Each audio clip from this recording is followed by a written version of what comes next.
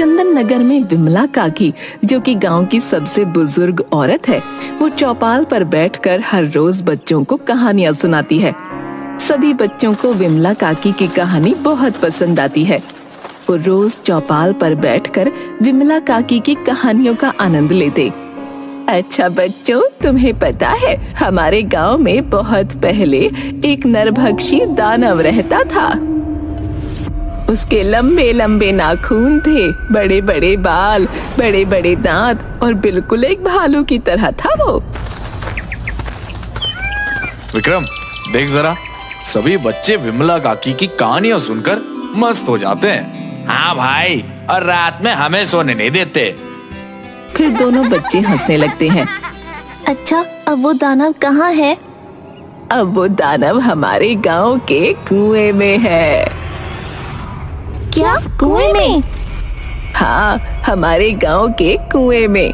अब जो भी बच्चा पढ़ाई नहीं करेगा, जिद करेगा, वो दानव आकर उसे खा जाएगा। क्या खा जाएगा? चलो अब जाओ यहाँ से और जाकर सो जाना, ठीक है? सभी बच्चे वहाँ से चले जाते हैं। सभी बच्चे खेलते खेलते उस कुएं तक पहुँच जाते हैं। देख बंकू, अगर तूने मेरी गेंद नहीं दी तो तुझे वो राक्षस खा जाएगा। तुझे अभी भी वो राक्षस वाली बात याद है? अरे वो एक कहानी थी बस, और कुछ नहीं। अगर सच में कोई राक्षस होता तो क्या हमारे घर वाले हमें यहाँ आने देते? और अगर राक्षस हुआ तो? अरे तू भी किन बातों में विश्वास करता है? चल मैं तुझे उस कुएं में दिखाता हूँ, कोई राक्षस नहीं है। फिर सारे बच्चे उस कुएं के पास चले जाते हैं और उस कुएं का ढक्कन खोल देते हैं। तभी उन्हें बहुत डरावनी डरावनी आवाजें सुनाई देती हैं। सभी बच्चे डर के मारे वहां से भाग जाते हैं। शाम को जुगनू अपने खेत में कुछ काम कर रहा था और घर जाते समय उस कुएं के पास से गुजरा कि अचानक कुएं के पास से वो गायब हो गया। गांव वाले उसे ढूंढ ढूंढ कर परेशान हो गए, लेकिन वो नहीं मिला। तब से रात को जो कोई भी उस कुएं की तरफ जाता, वहां से फिर लौट कर नहीं आता। गांव के सभी लोग चौपाल पर बात करते हैं। मुखिया जी, हमें कुछ करना होगा। कुछ दिनों से जो कोई भी उस कुएं की तरफ जाता है, लौट कर नहीं आता। गांव में इतने सारे हादसे हो गए, अब ना जाने वो कुआं किस किस को खा जाएगा। हमारा शहर जाना बहुत जरूरी हो गया है। हाँ, अब तो मुझे भी फिक्र होने लगी है। जब तक हम इस समस्या का समाधान ना ढूंढ ले, तब तक कोई भी रात में उस कुएं की तरफ नहीं जाएगा। तब से गांव के लोगों ने रात में उस रास्ते से वहां से आना जाना बंद कर दिया। फिर एक दिन प्रताप के बेटे बंकू को बहुत तेज बुखार आ जाता है और शहर जाने का बस वही एक रास्ता था। बंकू की हालत बिगड़ने लगी तो प्रताप बंकू को लेकर उस कुएं वाले रास्ते से ही शहर के लिए निकला। शहर से आते वक्त, सुनिए जी, जल्दी जल्दी चलिए, शाम हो गई है। हमारा यहाँ ज्यादा देर रहना खतरे से खाली नहीं है। अरे हाँ, चली तो रहा हूँ।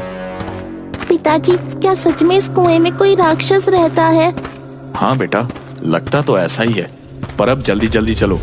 जब तक बंकू दौड़कर उस कुएं के पास चला जाता है। अरे अब खड़े क्या हो, पकड़ो उसे, देखो वो उस कुएं की तरफ जा रहा है। अरे तो मैं क्या करूं? सुबह से तो बुखार में था और अब देखो कैसे इधर उधर दौड़ रहा है। बंकू, ए बंकू, रुक जा। बंकू उस कुएं में झांक कर देखता है और प्रताप उसे पकड़ने के लिए झपट्टा मारता है। तभी बंकू का पैर एकदम से फिसल जाता है और वो कुएं में जाकर गिर जाता है। बंकू, बंकू बेटा, अजी अब क्या होगा? आप निकालिए मेरे बेटे को इस कुएं से बाहर। मुझे नहीं पता, आप कैसे भी इसे कुएं से बाहर निकालिए। मुझे बस मेरा बेटा चाहिए। अरे हाँ भाग्यवान, मुझे भी मेरा बेटा उतना ही प्यारा है जितना कि तुझे। चल, हम गांव से मदद लेकर आते हैं। फिर दोनों गांव की तरफ जाते हैं। गांव वाले उर्मिला को रोते देख इकट्ठा हो जाते हैं। अरे क्या हुआ भाभी, आप रो क्यों रही हो? और प्रताप भैया, आप भी बहुत घबराए हुए लग रहे हो। अरे भाई चलो, जल्दी हमारी मदद करो। वो बंकू उस कुएं में गिर गया है। सभी लोग बहुत ज्यादा हैरान हो जाते हैं। क्या? बंकू कुएं में गिर गया? भगवान, अब क्या होगा? हाँ चलिए, आप सभी चलिए और मेरे बेटे बंकू को उस कुएं से बाहर निकलवाने में हमारी मदद कीजिए।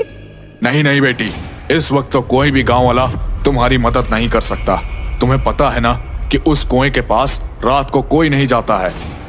तो ठीक है, मैं खुद ही बंकू को बचाने जाऊंगी। अरे प्रताप भैया, आप रोकिए ना उर्मिला भाभी को। आपको पता है ना, उस कुएं की तरफ रात को जाना खतरे से खाली नहीं होगा। अगर वो कुआं इन्हें भी खा गया तो? और वैसे भी हमें थोड़ी समझदारी से काम लेना होगा। क्या आप यही चाहते हो कि आपकी उर्मिला भाभी को भी खा दे? मेरा उर्मिला के सिवा इस दुनिया में और कोई नहीं है।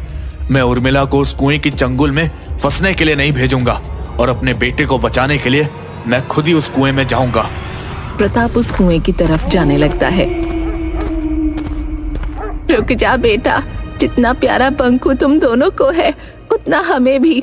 पर अगर तुम दोनों भी उस कुएं की तरफ गए और भगवान न करे तुम्हें कुछ हो गया तो फिक्र मत करो बेटा, भगवान कुछ रास्ता जरूर दिखाएंगे, बस तुम थोड़ा सब्र करो। फिर उर्मिला गांव के शिव गौरी मंदिर में जाने लगती है। सभी गांव वाले भी उसके पीछे पीछे हो लेते हैं और बंकू की सलामती की सब प्रार्थना करते हैं।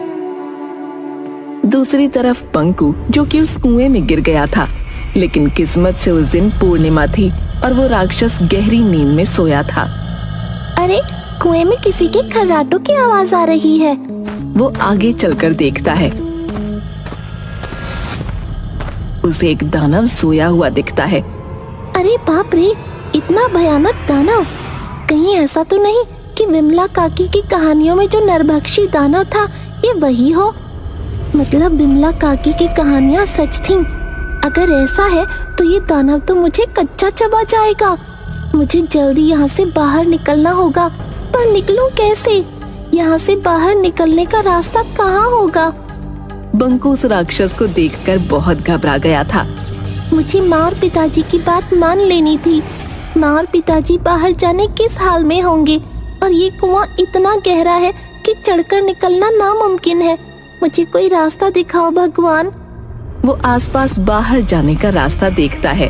तभी उसे एक अजीब सा निशान दिखता है। वो इस निशान को छूता है कि तभी अचानक एक पतली सी सुरंग का रास्ता खुल जाता है और उसे वहाँ पर और भी इंसान दिखाई देते हैं जो कि अधमरी हालत में थे। आज कितने दिनों बाद मुझे किसी इंसान की खुशबू आ रही है। तभी आहट सुनकर बंकू कहीं छुप जाता है। अरे बाप रे, अब मैं यहाँ से बाहर कैसे निकलूंगा? अरे वो पिशाच, वो यहाँ से कहाँ गया? तभी उसके पीछे से गुर्राने की आवाज आती है। हे भगवान, मेरी रक्षा करना। और पलटकर देखता है तो उसके सामने वो नरभक्षी दानव खड़ा होता है। आज तो मुझे एक और शिकार मिल गया। अब मैं जल्दी श्राप से मुक्त हो जाऊंगा। पर वो दानव जैसे ही बंकू को हाथ लगाता है वैसे ही बंकू बचकर भाग जाता है। अरे ये क्या हुआ?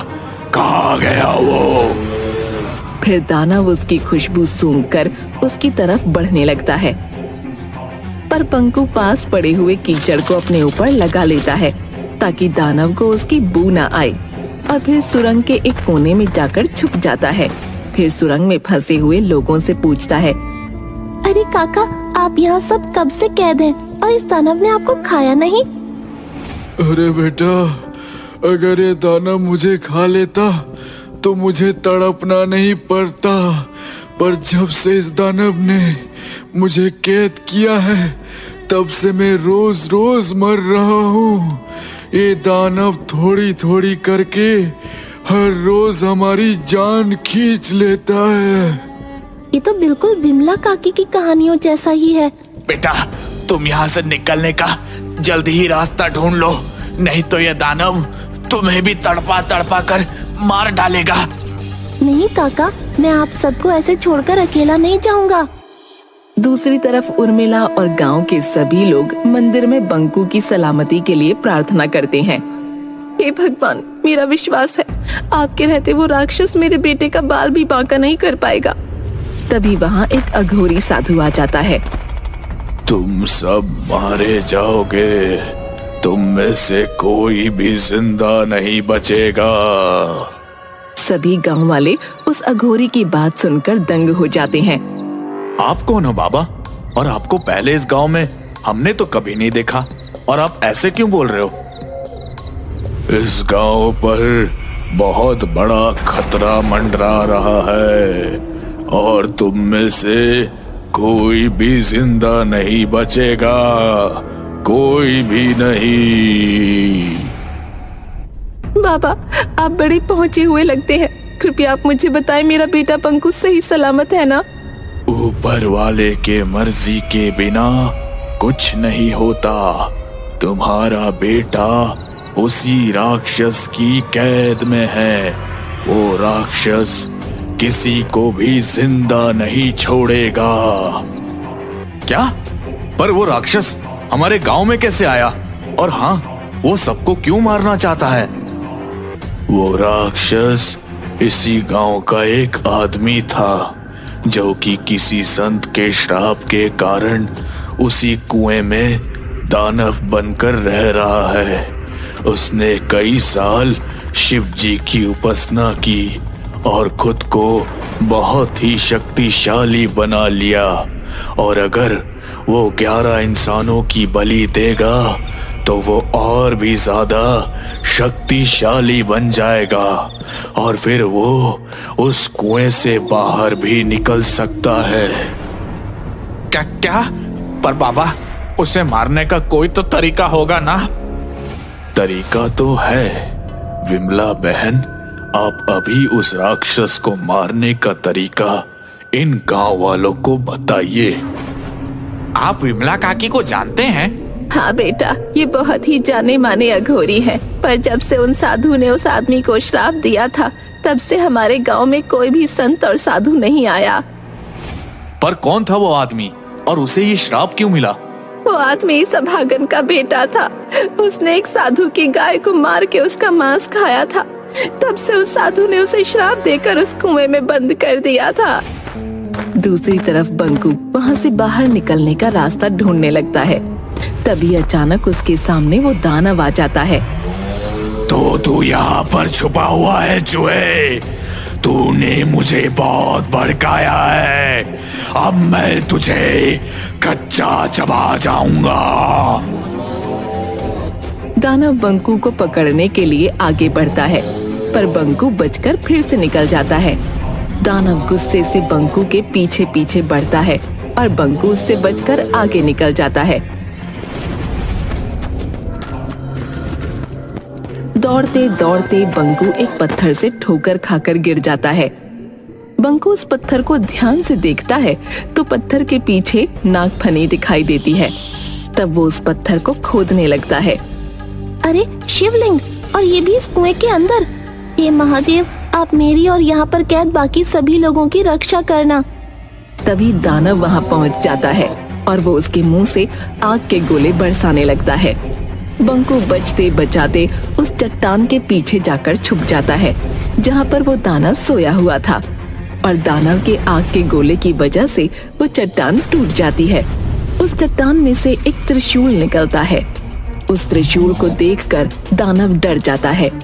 अरे, इस त्रिशूल को देखकर ये दानव डर क्यों रहा है? तभी दानव फिर से आग का गोला बंकू पर फेंकता है, पर बंकू खुद को बचाने के लिए उस त्रिशूल को आगे करके आंख बंद कर लेता है, और वो आग का गोला उस त्रिशूल से टकराकर उस दानव पर ही उल्टा पड़ जाता है। अरे, मतलब ये त्रिशूल मायावी है। इसका मतलब इस त्रिशूल से दानव भी मर सकता है। फिर बंकू उस त्रिशूल से दानव के ऊपर वार करता है। दानव दर्द से कराहने लगता है, पर वो मरता नहीं। अरे, ये दानव तो इस त्रिशूल से भी नहीं मरा। अरे हाँ, याद आया, विमला काकी ने एक बार उनकी कहानी में बताया था, अगर त्रिशूल से राक्षस की नाभि में वार करो तो वो मर जाएगा। फिर बंकू त्रिशूल निकालकर उस राक्षस की नाभि में वार करता है। वो राक्षस जोर जोर से कराहने लगता है और देखते ही देखते एक आदमी में बदल जाता है और कुएं में कैद सभी लोग ठीक हो जाते हैं। अरे, तुम इंसान कैसे बन गए? वो दानव बंकू को सारी बात बताता है और फिर उसे और कुएं में कैद सभी लोगों को बाहर निकालता है। अगले दिन गांव के सभी लोग उस कुएं के पास इकट्ठा हो जाते हैं। अरे भूत भूत भूत! अरे कहाँ है भूत? अरे वो देखो, उस बरगद के पेड़ में कुछ हलचल हो रही है। ये वही भूत होगा जो इंसानों को मारना चाहता है। तभी वहाँ से बंकू और कुएं में कैद लोग और विमला काकी का बेटा बरगद के पेड़ से बाहर निकलते हैं। गांव के सभी लोग बहुत हैरान हो जाते हैं। फिर बंकू गांव वालों को सारी बातें बताता है। विमला काकी अपने बेटे को गले से लगा लेती हैं। बंकू, आज तूने मेरे खोए हुए बेटे को फिर से लौटा दिया। मैं तेरा धन्यवाद कैसे करूं? रोज रोज नई नई कहानियाँ सुनाकर। और फिर सब लोग हंसने लगते हैं। फिर उर्मिला भी बंकू को गले से लगाती है। बंकू गांव वालों को बताता है कि कुएं के अंदर एक बहुत ही सुंदर शिवलिंग है। अगर उस कुएं के नीचे सच में कोई शिवलिंग है तो क्यों ना हम उस शिवलिंग को बाहर स्थापित कर दें? अरे हाँ, बहुत ही अच्छा सुझाव है। हम आज ही इस शिवलिंग की स्थापना का काम शुरू कर देंगे और एक शिव मंदिर भी बनवाएंगे। वहीं उर्मिला अपने पति को सही सलामत देखकर महादेव और देवी माँ का धन्यवाद करती है। हैं? 10 रुपए दे की चीज है?